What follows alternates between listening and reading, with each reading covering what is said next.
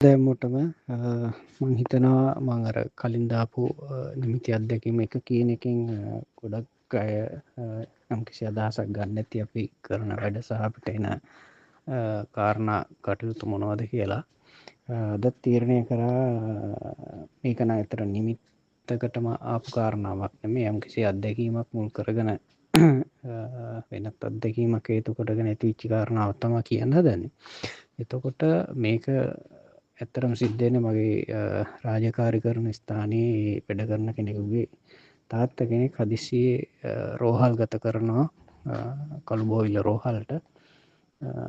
ඇඟ ගොඩක් දුර්වල වෙලා තමා ඇතුළත් කරන්න. යාට ඒ වෙනකොට දියවැඩියාව කියන රෝගය උත්සන්න වෙලා තිබ්බා සහ කකුලේ තුවාල ඒ වගේ ප්‍රශ්න ටිකක් එක්ක තමා රෝහලට ඇතුළත් කරන්නේ. ඒකල්ලා දවසක් දෙකක් යනකොළුත් ඒ කිසිම කියන්නේ දියවැඩියාව තිබ්බට එතනින් එහාට රෝගී තත්ත්වයක් ගැන කිසිම අනාවරණයක් නැහැ.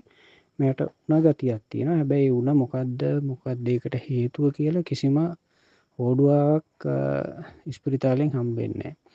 දවස් දෙකක් යනකොට හොඳටම ඒ කියන්නේ මාරාන්තික මට්ටමට ඇවිල්ලා තිබ්බා මේ ලෙඩා.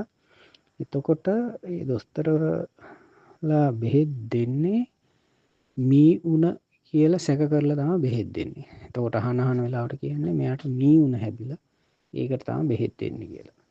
ඉතින් මට මේක ගැන පොඩ්ඩක් නිරීක්ෂණය කරන්න හිතුණා, මේ ගැන හොයන්න හිතුණා. එතකොට කාලෙක ඉතින් මේ ගැන බලනකොට මට ඇත්තට මේ අපේ යාළුවගේ තාත්තාවත් මම දැකලා තිබ්බේ නැහැ. මට එක් පුද්ගලයෙක් නිරීක්ෂණය වෙනවා මම මනසින් බලනකොට. ඊපස්සේ මම ඇහුවා මේ යාළුවගෙන් මේ මෙහෙම ඉන්නේ කවුද ඔයාලගේ කියලා. එතකොට එයා කිව්වා අනේ මේ එයා අපේ තාත්තගේ අයියා. මේ එයා දැනට ජීවතුන් අතර නැහැ. මෙහෙත් නෙමේ පස්සේ මං කිව්වා හරි මෙයා ඉන්නේ මෙහෙ නෙමේ, ගොඩක් දුර පළාතක හිටපු කෙනෙක්, පොළොන්නරුව වගේ පළාතක. මේ එහෙම වෙන්න පුළුවන් කියලා කිව්වා. එතකොට එයා කිව්වා හරියටම පොළොන්නරුවේ තමයි එයා හිටියේ, දැන් මේ එනකොට ජීවතුන් අතර නෑ කියලා. එතකොට එයාටත් ප්‍රහෙලිකාවක් ආවා මං කොහොමද මේ ගැන විස්තර කියන්නේ කියලා. මං ඒ ගැන අනාවරණය කරන්න ගියේ නැහැ. පස්සේ මං තොරතුරු දැනගත්තා මේ වෙලාවේ මේ ඒ තාත්තගේ අසනීප උත්සන්න වෙලා මාරාන්තික වෙන අවස්ථාවක්. ඒ වෙලාවේ ග්‍රහචාරෙත් හොඳ නැහැ. ඒ අවස්ථාවට අපි හැමෝම දන්නවනේ අපි දුර්වල වෙලා මරණාසන්න වෙනකොට නොපෙනෙන බලවේග අපි ළඟට එනවා. සමහරලාට දැන් අපි මේකෙදි නම් අපිට මෙහෙම හිතන්න පුළුවන්, දැන් අපි ලෙඩක් දුකක් කියලා රෝහලක හෝ ගෙදරක ඉන්නකොට අපි අසල්වාසීන් දන්න කෙනා අපි බලන්න එනවා. අන්න ඒ වගේ කාරණාවක් තමයි මෙතනත් සිද්ධ වෙලා තිබ්බේ. එතකොට අර තාත්තගේ අයියා එනකොට මෙයා ළඟට ඇවිල්ලා තිබ්බා. මෙයාව බලන්න වගේ ආවට. නමුත් ඒ හින්දා තමයි මෙතන ප්‍රශ්නේ උස්සන්න වෙලා තිබ්බේ. අසනීප කරලා තිබ්බේ. පස්සේ මම පොඩි සරල ක්‍රියාමාර්ගයක් කරලා ඒ අමනුෂ්‍යාත්මයට සීමාවක් පැනෙව්වා. පනවලා මං කීවා මේ අවස්ථාවන් වලදී තාත්තට මෙන්න මේ වගේ ලක්ෂණ මොනවා හරි දැනිලා ඇති, ඒ දේවල් නිරීක්ෂණය කරන්න කියලා. එතකොට ඒ රෝහලේ ඉන්න ගමන්ම කෝල් කරලා බලලා තිබ්බා. ඒ ටික ඒ විදිහටම වෙලා තිබ්බා. පහුවදා උදේ කොහොම හරි ගිහිල්ලා 9ට වගේ 9ට 10ට වගේ අපිට කෝල් එකක් එනවා මේ තාත්තව ඩිස්චාර්ජ් කරා කියලා.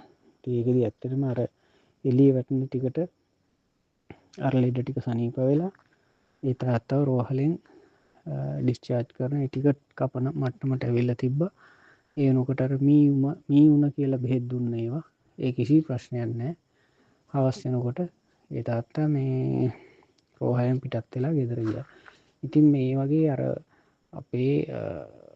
අපේ ශරීර දුර්වල වෙනකොට, මරණාසන්න වෙනකොට ඒ වගේ গুপ্ত කටයුතු සිද්ධ වෙනවා. ඒක දකින්න පුළුවන් අයට පේනවා. සමහර වෙලාවට ඒ ගුප්ත බලපෑම් මේ ශරීරෝලින් ඒ ආසන්නෙන් ඉවත් කරාට පස්සේ සමහර වෙලාවට අර ජීවිත තව කාලයක් ජීවත් කරවන්න පුළුවන් අවස්ථාවක් එනවා. ඒ වගේ අත්දැකීම් තියෙනවා අපිට. ඉතින් ඊට පස්සේ අර මේ දියවැඩියා තත්ත්වයක් අඩු වෙලා කකුලේ තිබ්බ තුවාල පවා යම්කිසි මට්ටමකට හොඳ වෙලා ආව මාස 2-3ක් වගේ යනකොට. දැන් මම මේ කියන්නේ අවුරුදු 2කමාරකට 3කට වගේ කලින් සිද්ධ වුණු දෙයක්. ඉතින් ඒ වගේ කටයුතු සිද්ධ වෙනවා. නිමිති හරහා අපිට මේවා ගන්න පුළුවන්. සහ ඊට පස්සේ ඒ ප්‍රශ්න හොයාගන්න මනසින් ගිහිල්ලා ඒවට උත්තර හොයන්න පුළුවන් සරල උත්තර තියෙනවා. සමහර තැන් වලට ගියාම ලොකු ලොකු ශාන්ති කර්ම කරන්න ඕනේ, තොইল නටන්න ඕනේ. ඒ වගේ දේවල් තියෙනවා. ඉතින් එහෙම යන්නේ නැතුව මේවට දක්ෂ පුද්ගලයෝ ඉන්නවා අද සමාජයේ.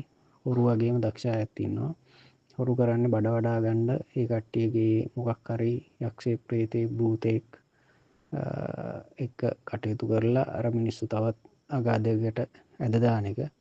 ඉතින් එහෙම වෙන්නෙත් අපේ කර්මයකටම තමයි. නමුත් ඒ තාත්තගේ පිනට ඒ වෙලාවේ මොකක් හෝ පිනක් තිබිලා අපිට සම්බන්ධ වුණේ. සම්බන්ධ වුණා කියන්නේ ඇත්තටම මේක මේ අපිට කියලත් නෙමෙයි, මට කියලත් නෙමෙයි, මට ඒක හිතිලා කරපු කාරණාවක්.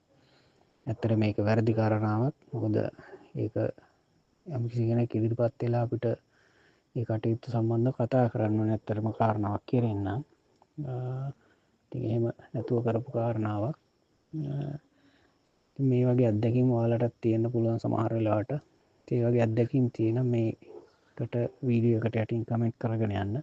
ඒ වගේ මේ වගේ අත්දැකීම් තව ඉස්සරහටත් දැනගන්න. ඒ වගේ මේ වගේ අපේ නිමිති කටයුතු සම්බන්ධ තොරතුරු ඔයාලට දැනගන්න අවශ්‍ය නම් අපේ පේජ් එක ෆලෝ කරලා මේ තොරතුරු සමහරලාට ඔයාලගේ යාළුවන්ට දැනගන්න අවශ්‍ය වෙන්න පුළුවන්.